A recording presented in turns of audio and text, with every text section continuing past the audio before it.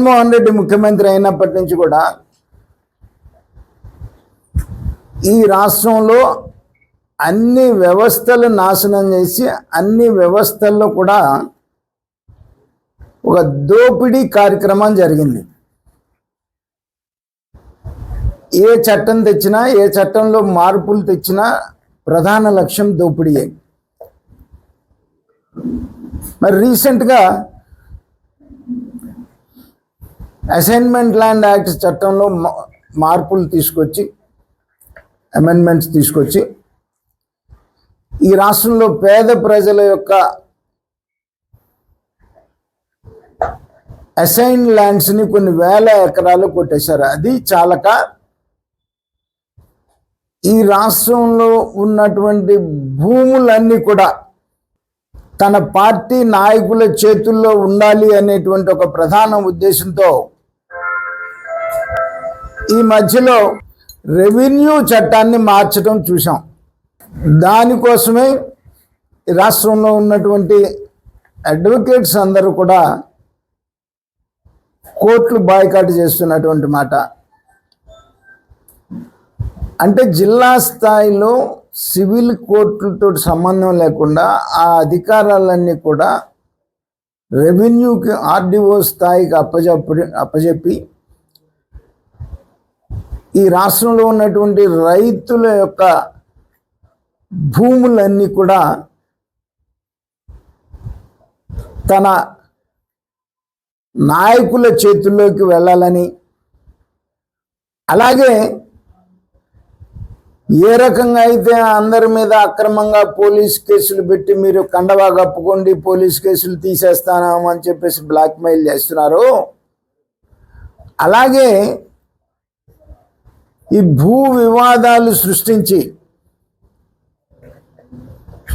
మీరందరూ కూడా మా పార్టీకి రాకపోతే మీ భూమి లాక్కుంటాం, మీ భూమిని పలానా వాళ్ళ పేర్ల మీద రాసేసుకుంటాం, మా పేర్ల మీద రాసేసుకుంటాం అనేటువంటి బ్లాక్మెయిల్ చేయాలనేటువంటి ఒక ప్రధాన ఉద్దేశంతోనే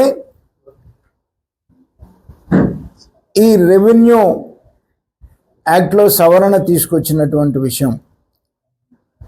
అలాగే ఇంకా దుర్మార్గం ఏంటంటే రిజిస్ట్రేషన్ యాక్ట్లో కూడా అసలు ఓనర్కి హక్కు కల్పించేటువంటి రిజిస్ట్రేషన్ పత్రం ఇవ్వకుండా, ఇప్పటిదాకా రిజిస్ట్రేషన్స్ ఉండేవి,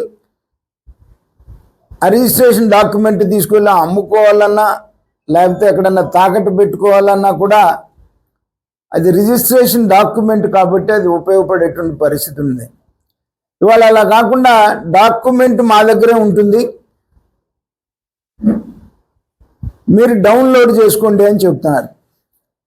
అది ఇంకా ఎంత పెద్ద ప్రమాదం అంటే, అది డౌన్లోడ్ చేసుకున్నాడు ఒక్కసారి ఎన్ని కాపీలు డౌన్లోడ్ చేసుకుంటాడో తెలీదు.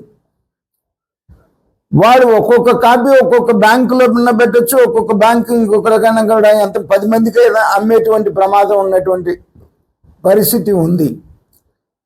ఈ రకంగా నీకు ఒక్కసారి ఓట్లేసిన పాపానికి ఈ రాష్ట్రంలో ఉన్నటువంటి ప్రజలను మొత్తాన్ని కూడా నిలువు దోపిడీ చేయాలనేటువంటి నీ ప్రయత్నం ఏదైతే ఉందో చూసావో, ఇక దగ్గరకు వచ్చింది 2 రోజులు జగన్మోహన్ రెడ్డి. ప్రజలు నిన్ను ఇంటికి పంపించడానికి సిద్ధంగా ఉన్నారు. ఇప్పటిదాకా నువ్వు దోచింది చాలు, ఇకనైనా మీ దోపిడీని ఆపండి. ఏదైతే రిజిస్ట్రేషన్ యాక్ట్లో కానీ రెవెన్యూ యాక్ట్లో కానీ మీరు తీసుకొచ్చినటువంటి సవరణ చట్టాలని వెంటనే ఆపాలని చెప్పేసి ఈ సందర్భంగా తెలుగుదేశం పార్టీ తరఫున డిమాండ్ చేస్తూ ఉన్నాం.